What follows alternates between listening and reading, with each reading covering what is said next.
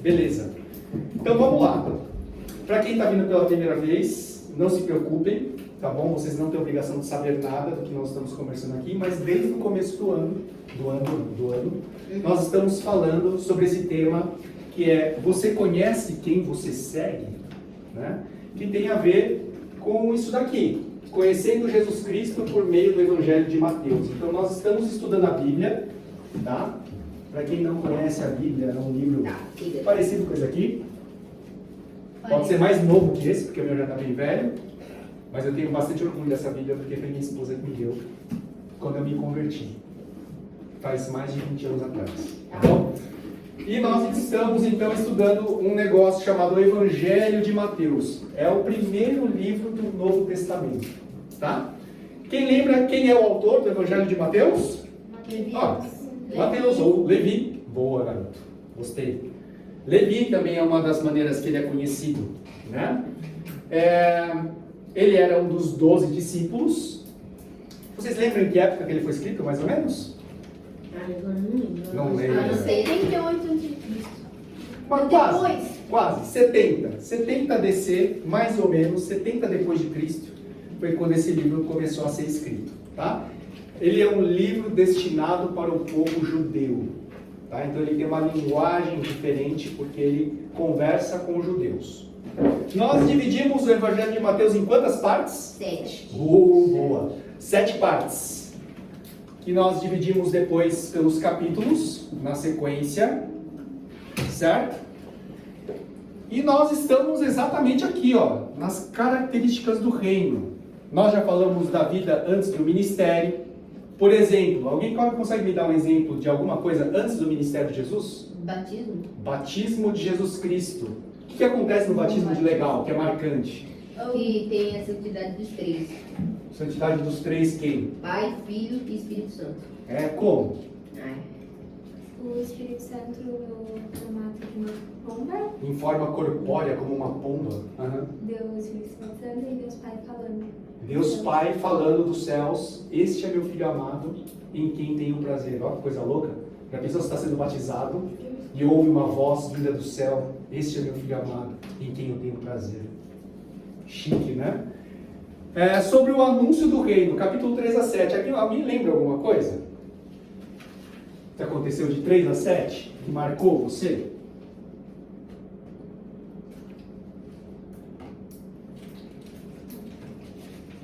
Vocês lembram que Jesus ensina as pessoas a orarem? Sim? Quem conhece a oração que Jesus Cristo ensinou? Aquela que está na Bíblia. Isso, essa. No finalzinho é difícil. No final é difícil. No final é difícil de lembrar, mas começa como? Pai nosso que estás nos céus. Essa é a oração que Jesus Cristo Eu tinha ensinou. anotado. Você tem anotado, que ótimo. Porque a maioria de vocês tem um caderninho e vocês estão vendo o pessoal com um caderninho que eles estão fazendo anotações de tudo que nós estamos falando, tá bom? Milagre. Alguém lembra de algum milagre legal que esteja em Mateus e não nos outros evangelhos? Ele não curou um surdo? Oi? Não curou um surdo lá? Ele cura um surdo lá onde? Lá onde? No Lacombe? Brincadeira. Curou em Nova York. Nova York, ele já deve ter feito algumas curas lá também. Podem ver as anotações de vocês, gente. Não precisa lembrar de cabeça, não.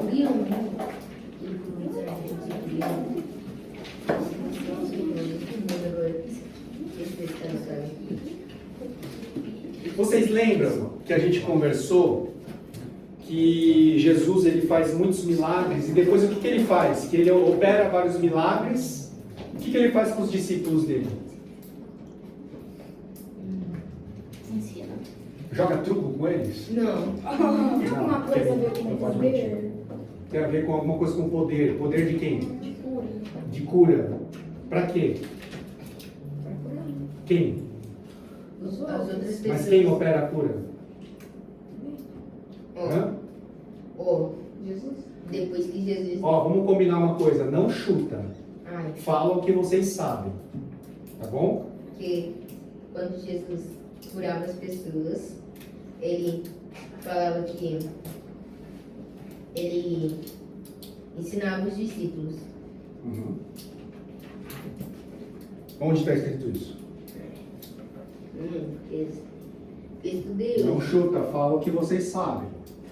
Eu estudei hoje, só que eu não lembro o capítulo agora. Jesus, ele faz um monte de milagre. Aí depois, ele fala para os discípulos irem de 2 em 2 e eles fazerem milagres. E eles vão, e eles pregam o evangelho, e muitas pessoas são curadas, e muitas pessoas têm demônios expulsos delas, né? Então é isso que nós vimos em milagres, tá? Que está lá no capítulo 8 a 10. Quem que vai pregar em julho mesmo? A gente. Ah, Nós. não sou eu, né? Não. Então quem precisa saber essas coisas? A gente. Nós. Ok, Nós. eu sei. Nossa. Agora, para eu saber essas coisas, eu não estudei uma vez só. Nossa. Para saber as coisas que eu sei, eu estou há 20 anos estudando. Porque eu amo a palavra. Se vocês não amarem a palavra, vocês não vão conseguir estudar. E aí vocês não vão conseguir aprender. E aí vocês não vão conseguir pregar. É uma sequência bem lógica, né? Então, antes de pensar no que você precisa aprender, eu quero desafiar vocês a pensarem no seguinte: será que eu amo a palavra de Deus? Porque se você não ama, você não vai estudá-la, certo? Nós estamos aqui então nas características do reino, certo? Nós estamos vendo os capítulos de 11 a 13. O tio Felipe, ele na semana passada, ele quebrou um combinado que a gente tinha feito. E ele fez, quem estava aqui na semana passada? Eu não estava. Sobre o que o tio Felipe falou? Eu estava pertinho. Ele falou sobre o capítulo 9, capítulo 10 e o capítulo 11 e 12. Uhum. Ele era para falar só do capítulo 10 e hoje eu ia falar com vocês sobre os outros capítulos, tá bom? Então, como vocês já viram algumas coisas, eu não vou ler os capítulos inteiros com vocês, tá? Mas eu desafio vocês a toda a lição que a gente tiver aqui no sábado, vocês precisam ler pelo menos os capítulos que a gente está discutindo aqui em aula, certo? Ok? Isso é um combinado, tá? Porque se você não ler, você não vai lembrar dessas coisas. E às vezes você vai encontrar com uma pessoa e você vai querer falar alguma coisa para ela. A pessoa está precisando ouvir alguma coisa. E o Espírito Santo, ele vai vasculhar lá dentro da nossa cabeça para ver se a palavra está aqui dentro. E se ela não estiver aqui dentro, o Espírito não vai conseguir usar. E uma pessoa pode deixar de ser salva. Porque nós não amamos a palavra e não a estudamos. Pesado, né, o que eu estou falando, né, gente? Pesado, né? Mas é real, tá? É real. Vamos lá, capítulo 11. Quem tem Bíblia, pode ser de celular, abre lá em Mateus. Eu vou emprestar minha Bíblia para vocês depois aqui, tá? Que o meu celular está sendo usado ali enquanto eu estou falando.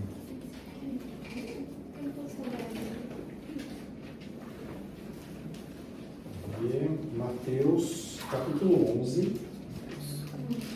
Você já tem isso? Qual é a página? Me fala a página aí, por favor. Obrigada. Com preguiça de Preguiça. Tá com preguiça, irmão. grande.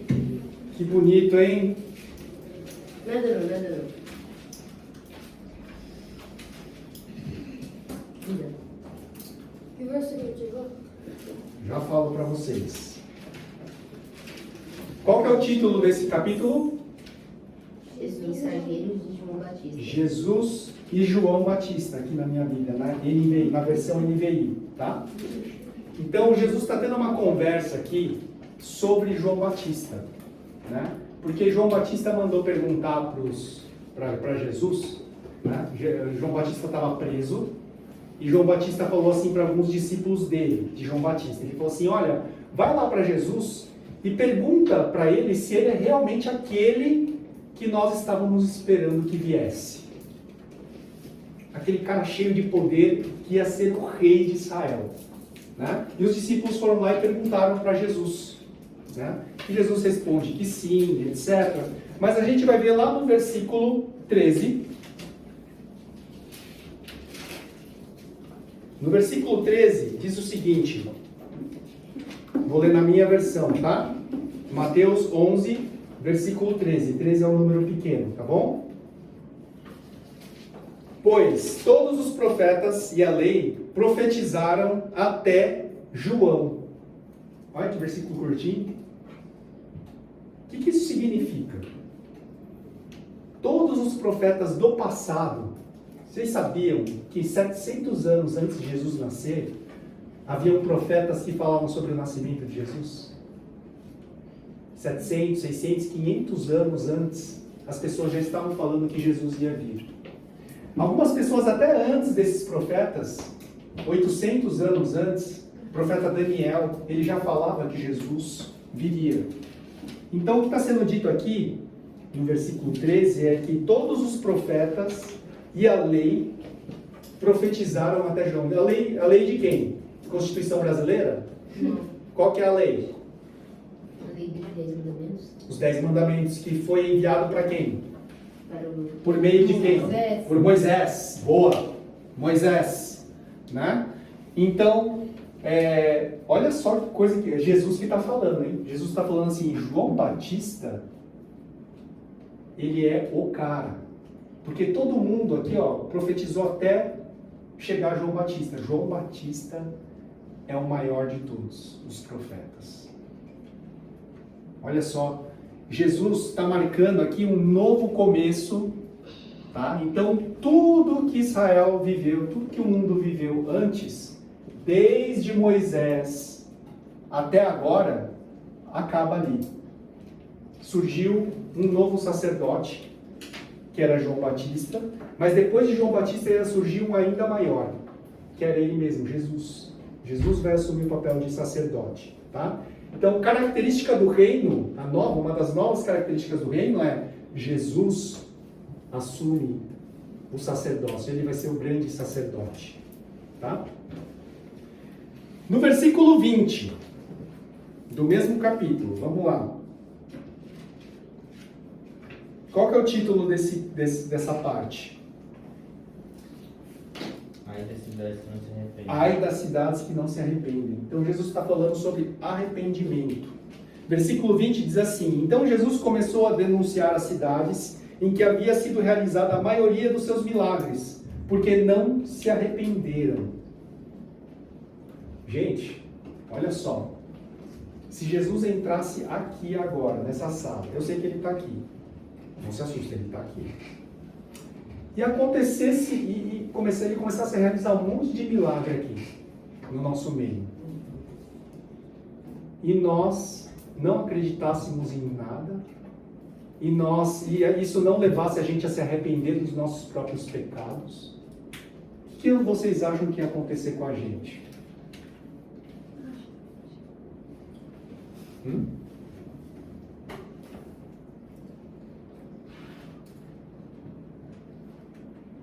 Jesus entra aqui, realiza um monte de milagres, e ele vai embora porque ninguém acreditou e ninguém deu a mínima do que ele fez. O que vai acontecer com a gente? Não sabem? Então vamos continuar lendo aqui. Ai de você, Corazim!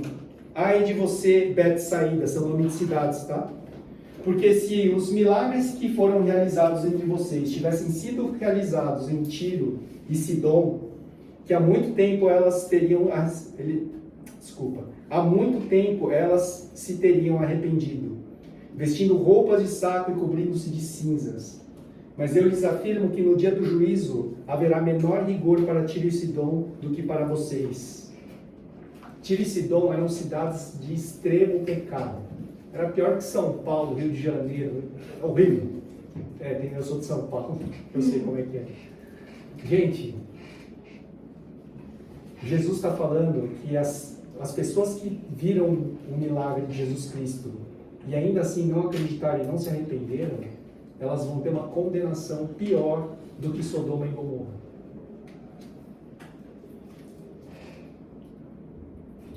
Nós que estamos aqui, nós temos acesso ao Espírito Santo de Deus. Nós podemos ver milagres de Jesus Cristo. Mas tem gente que escolhe um estilo de vida de não acreditar e não se arrepender dos seus próprios pecados.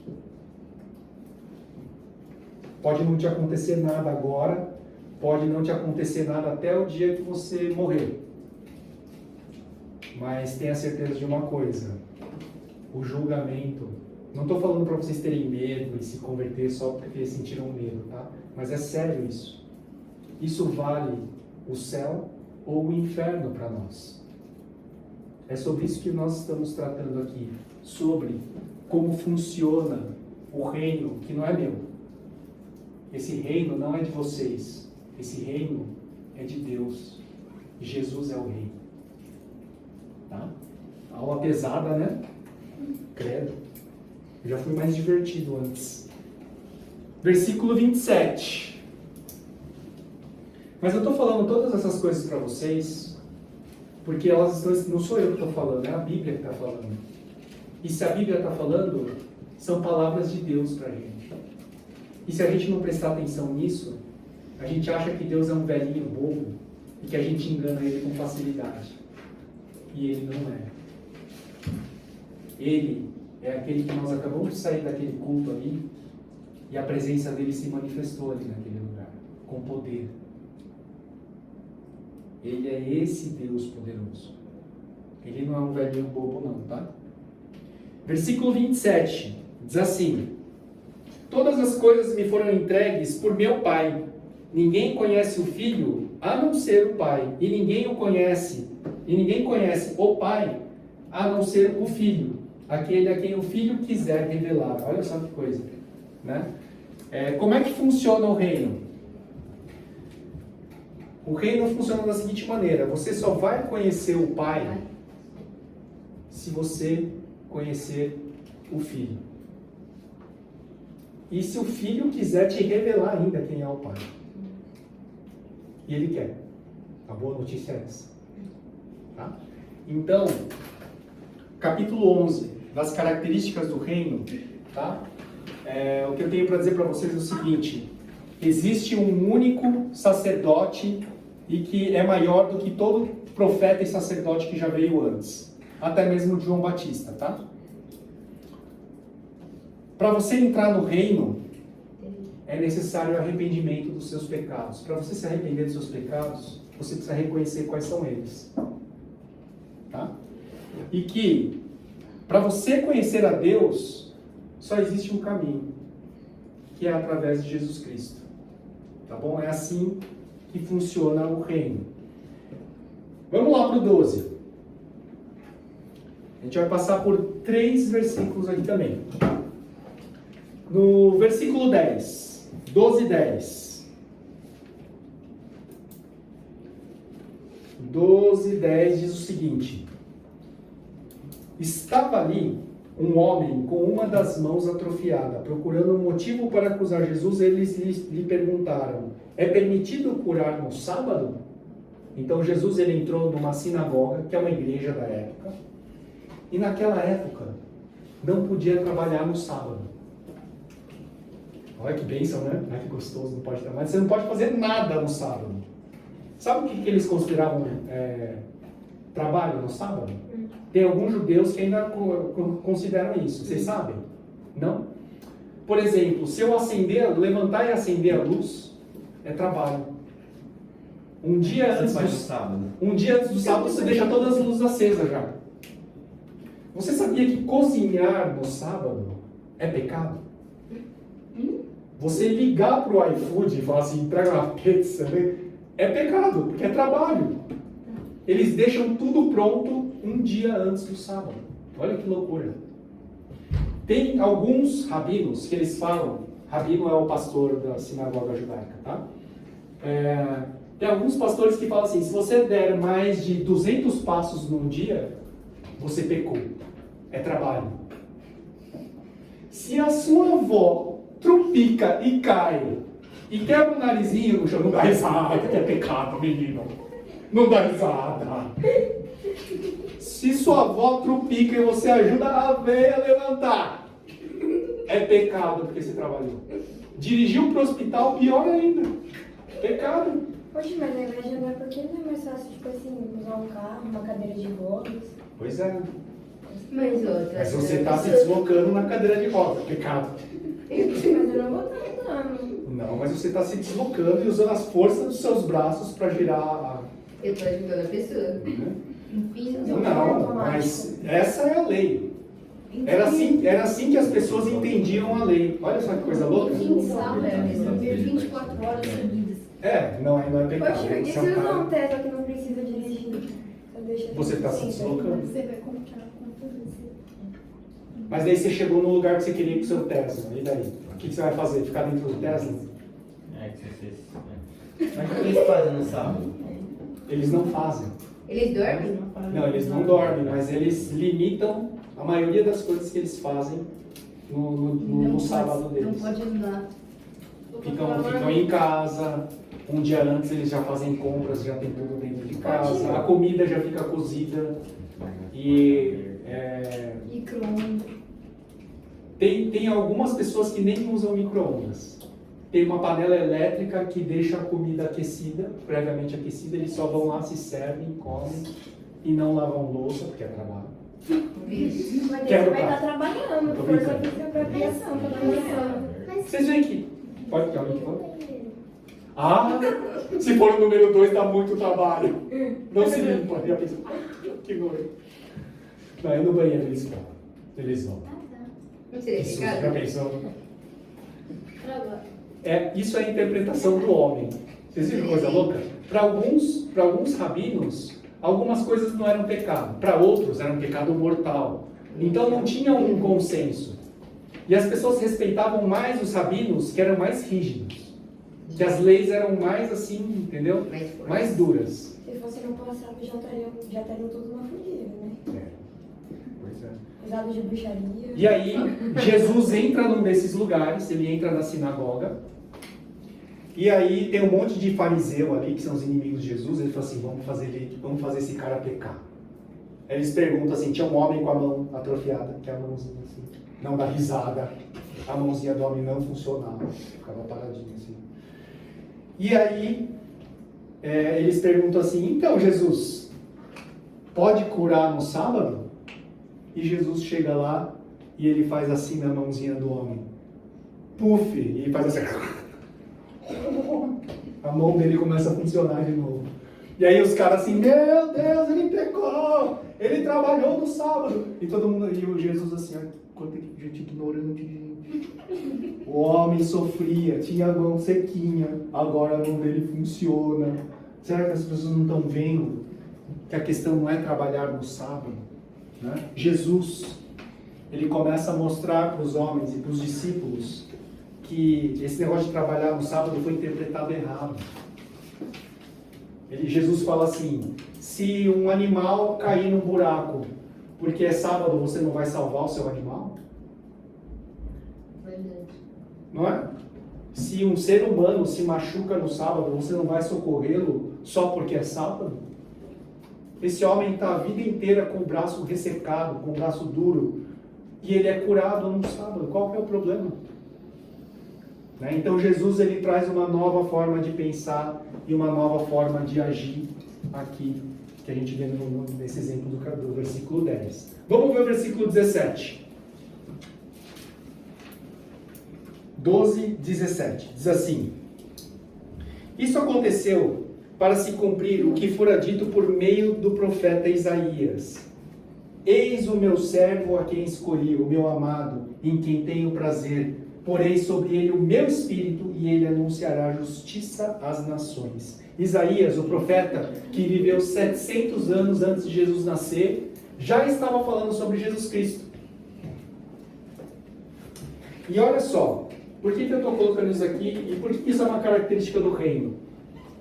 Porque Jesus, ele é o cumprimento do Velho Testamento. Tudo que está dito no Velho Testamento, que tem a ver com a salvação, a redenção da humanidade, tem a ver com Jesus Cristo, com o cumprimento da palavra. Jesus é o cumprimento da palavra. E assim é o reino, tá? Características do reino. Se você quer conhecer o reino, você precisa conhecer a palavra. Se você está louco para conhecer Deus, se você está louco para conhecer o reino de Deus, mas você não tem o menor interesse pela Bíblia, desculpa, tá? Não vai dar certo. Vocês não vão conseguir conhecer. Vocês podem até andar com gente que esteja interessada e falar assim, ele lê e eu aprendo com ele. Legal.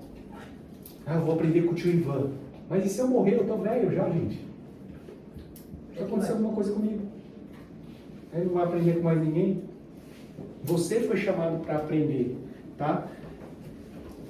Se você quer saber quem é Jesus, leia a palavra, tá? Porque ele é o cumprimento da palavra. Versículo 39. Isso aqui é difícil, hein? O sinal de Jonas. Quem sabe, antes eu dar te ler, quem sabe a história de Jonas? Alguém lembra? Alguém já ouviu a história de Jonas? Já? O que você lembra da história de Jonas?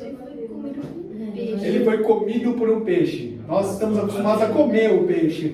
O peixe comeu Jonas. O que você lembra também, Nathalie?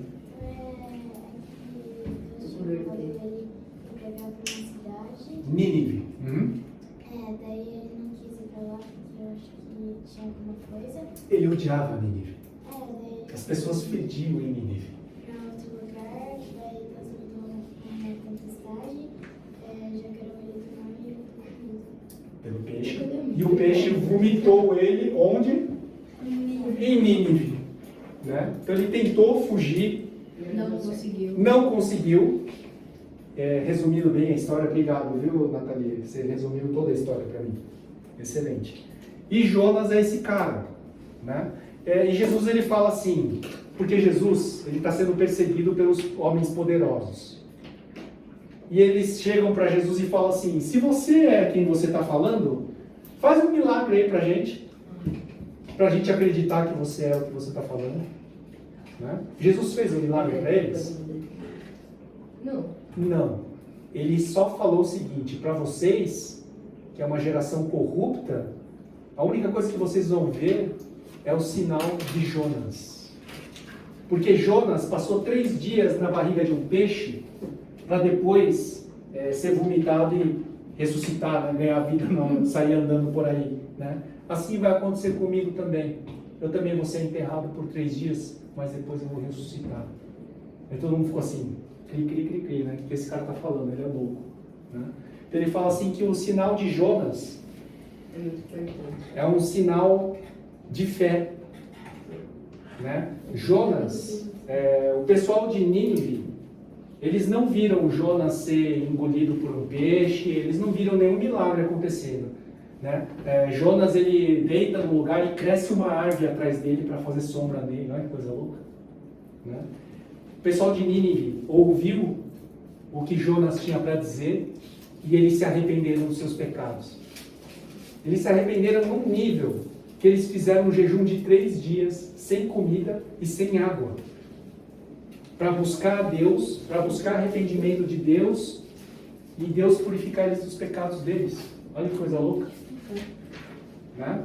Então, isso que Jesus está falando para eles, assim, eu mostrar milagre para vocês, se eu fizesse 1000 milagres, vocês não iam acreditar.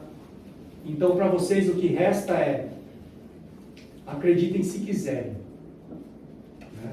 Então, Jesus dá essa resposta. Então, uma característica do reino, tá, que nós vemos aqui, não espera ver um milagre para acreditar se Jesus ou se Deus existe ou não.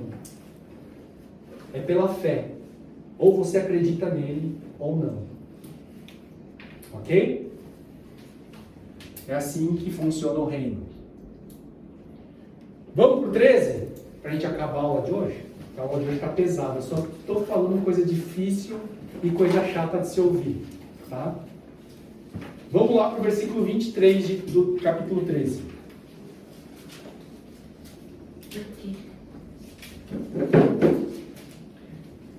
Aqui, Jesus está falando sobre a parábola do semeador. Quem lembra a parábola do semeador? Quem já leu a respeito? Já leu? Já leu também? O que vocês lembram da parábola do semeador? O que é uma parábola? Uma história? Uma história. Uma história que ilustra uma verdade. Tá? Nessa história tem um semeador. E o semeador, ele sai da casa dele. E o que um semeador faz? Ele semeia. Semeia. Ele joga sementes e vai semeando pelo caminho. Certo? Aí ele fala que algumas sementes caíram à beira do caminho. O que acontece com essas sementes? Oi?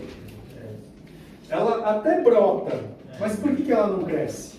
Por causa que tem sol. Vamos ler. Tá lá. Vamos lá no capítulo 13. Semeador saiu a semear, versículo 3, tá? Agora estou no 4. Enquanto lançava a semente, parte dela caiu à beira do caminho, e as aves vieram e a comeram. Parte dela caiu em terreno pedregoso, onde não havia muita terra, e logo brotou, porque a terra não era profunda. Mas quando saiu o sol, as plantas se queimaram e secaram, porque não tinham raiz. Outra parte caiu entre espinhos, que cresceram e sufocaram as plantas.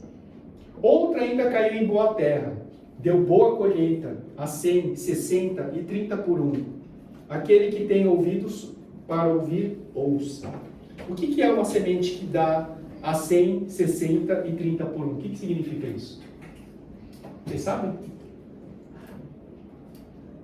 Que é difícil de dar certo, tipo, é rara.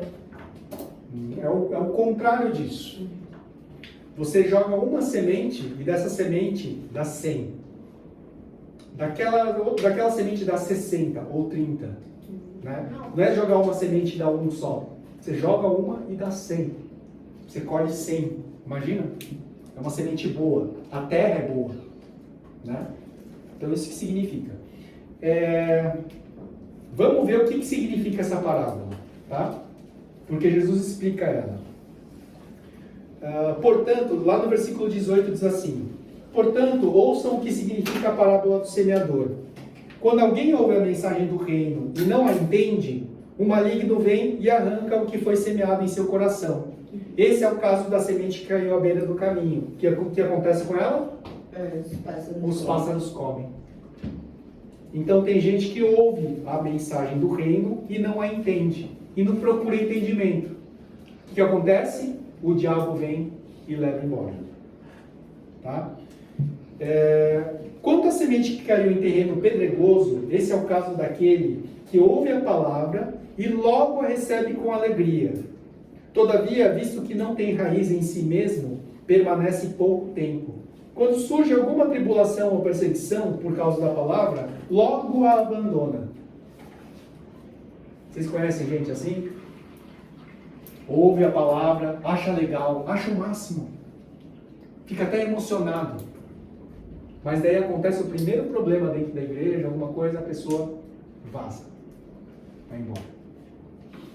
Tá? É como a planta que cai em terreno pedregoso, ela cresce, mas não cria raiz profunda. Aí vem o sol, queima a planta e ela morre.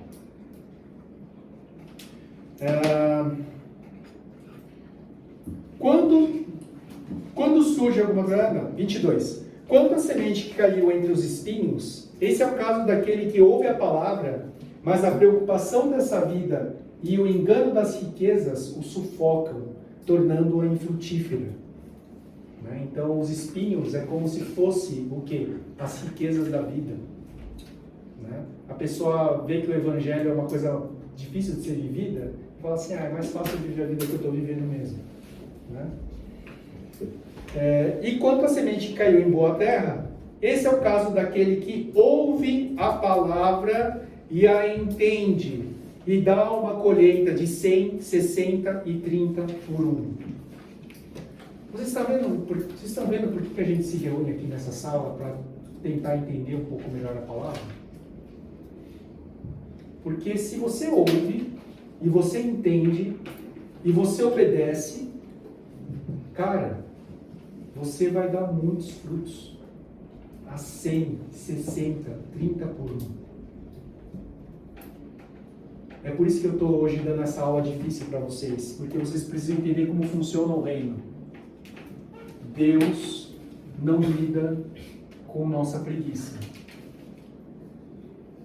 Deus não lida com os nossos medos. Deus, Ele quer gente que entenda aquilo que Ele está falando, que busque entendimento. E o reino pertence a esses que buscam entendimento. Tá? É por isso que a gente está reunido aqui. Vamos pensar sobre essa parábola, né? Outra parábola que é parecida também. Tem um negócio chamado joio e trigo. Trigo todo mundo conhece, né? A gente come trigo o dia inteiro, né? Come uma bolacha, pão, sei lá, várias coisas tem trigo. Você sabe o que é o joio? É tipo um trigo sem semente. Não. Continua? Manda. É isso Não mesmo. é trigo sem semente? É um trigo fake. É um trigo que parece trigo. Você vê na plantação de trigo, você olha, é trigo. Mas na hora que você colhe e debulha, não sai nada, só tem palha. Ele é vazio, não tem semente. Isso é joio. Né? E na parábola que Jesus conta, ele fala assim, olha, no campo, o semeador semeou um campo de trigo. Veio o inimigo e começou a lançar semente de joio no meio. Cresceu o trigo e cresceu o joio juntos. E as pessoas falaram assim para o agricultor, bom, você quer que a gente comece a arrancar o joio? Ele falou assim, não, deixa que o joio, quem vai separar depois é o agricultor. O joio vai ser separado, vai ser amarrado todo junto e vai ser lançado ao fogo. Então, isso é a parábola. Agora, essa parábola está falando o que sobre a realidade que a gente vive? A igreja, ela é como uma plantação de trigo. Tem muito trigo, mas o inimigo vem e lança joio no meio do trigo. Às vezes não dá vontade da gente mandar embora umas pessoas da igreja? Já sentiu essa vontade no coração? Você não bota aquela pessoa, que ela vem na mesma igreja aqui, mano. Vontade de vir. Já ouviram coisas assim? Eu não. A nossa igreja é perfeita. Ela é muito boa. Mas... E às vezes a gente quer tirar as pessoas da igreja, né? Assim, mas aquela pessoa é mó pecadora. Eu vi ela cometendo um monte de pecado lá fora e está aqui no nosso meio. Não, vamos mandar ela embora. Mas na verdade, a grande verdade é a seguinte, né? O agricultor, ele é o dono da plantação. E o agricultor, ele fala assim, se você tentar arrancar o joio, pode ser que você arranque trigo junto. E vai dar ruim. Eu vou perder trigo. Eu não quero perder o trigo. Então pode deixar que depois o profissional vai fazer a separação certinho e vai ficar tudo certo. Né? Então o reino funciona da seguinte maneira. Deus é o dono da plantação. Deus é o dono da plantação. A gente não precisa se preocupar. É lógico que se tiver pessoas muito más e muito ruins dentro da igreja, a gente precisa ir lá e dar uns toques, conversar com a pessoa. E quem sabe o joio não se transforma num trigo, né? Pode ser que isso aconteça. Né? E vamos para o último versículo aqui. O 44.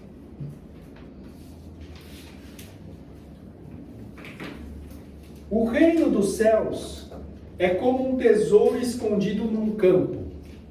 Certo homem, tendo-o encontrado, escondeu-o de novo e então, cheio de alegria, foi, vendeu tudo o que tinha e comprou aquele campo.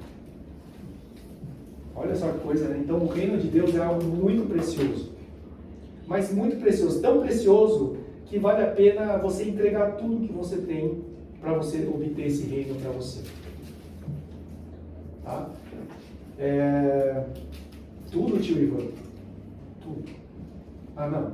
Pera aí. Tudo não, né? Tipo assim, o dinheiro que eu tenho no banco também. Por que não? Não. Pera aí, tio. Você está pegando pesado demais. Tudo. Até sua esposa. Até sua filha. Sua única filha. Vale mais do que tudo isso. O reino, ele é algo muito precioso. Alguém puxou a descarga. De novo. Tá passando aqui do lado, gente. Você fecha aqui? Não, é aqui que vem, né? Não, mas direito fala. Essa frase é pesada, tá, gente? Um cristianismo que não custa nada, não vale nada.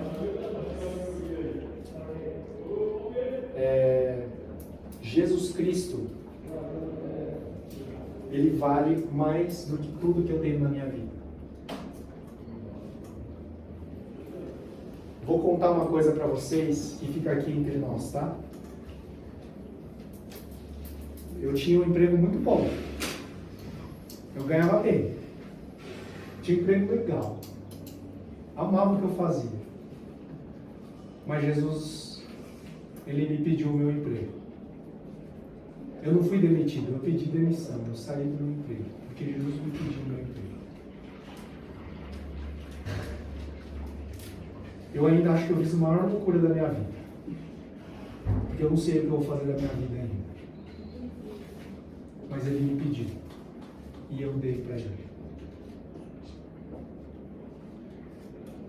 Você ama muito alguma coisa? Você seria capaz de entregar isso por Jesus Cristo? Vocês são novos ainda, vocês são novos e novos, tá? Não se assustem com isso que eu estou falando, tá? Jesus nunca vai pedir um desafio maior do que vocês podem cumprir, tá?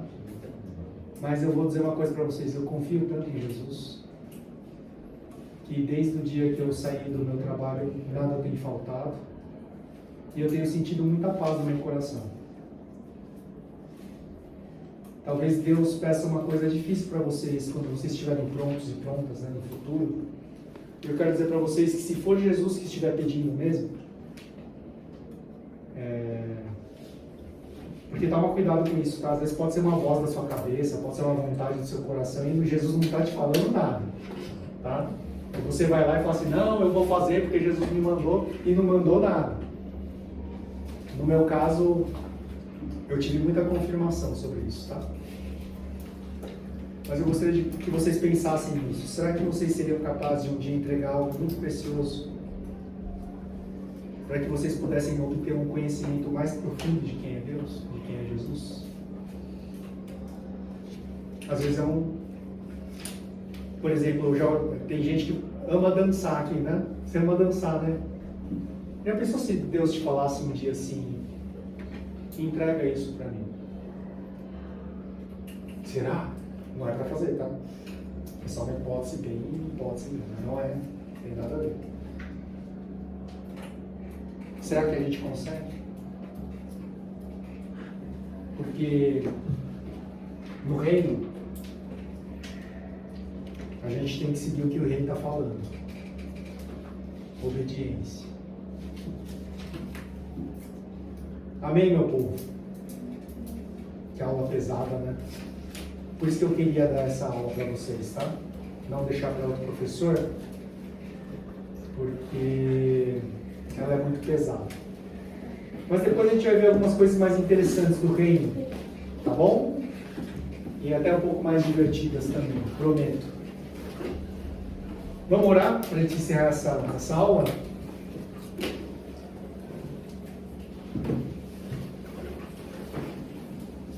Convido vocês a fecharem seus olhos. Senhor Deus, muito obrigado por esse dia. Obrigado pelo culto maravilhoso que o Senhor nos entregou. Obrigado pelo louvor que sua igreja fez, que muitos dos adolescentes que estavam aqui participaram e puderam ajudar. Senhor, eu não sei se a palavra que nós compartilhamos hoje foi muito pesada para o coração desses jovens. Eu não gostaria que eles saíssem daqui achando que o Senhor é um Deus carrasco, um Deus maldoso, malvado. Não é. O Senhor é um Deus de amor. Mas o Senhor escreveu essas coisas na Bíblia para a gente entender que o teu reino funciona de um jeito. E esse jeito é o melhor para as nossas vidas. Eu, pelo menos, creio nisso e tenho experimentado isso, Pai. Eu espero que esses jovens possam continuar desejando a conhecer mais da Tua palavra e conhecer mais o Senhor. Nós oramos, te adoramos e te entregamos essa palavra no nome de Jesus Cristo. Amém. Amém. Amém? Até a próxima semana, gente.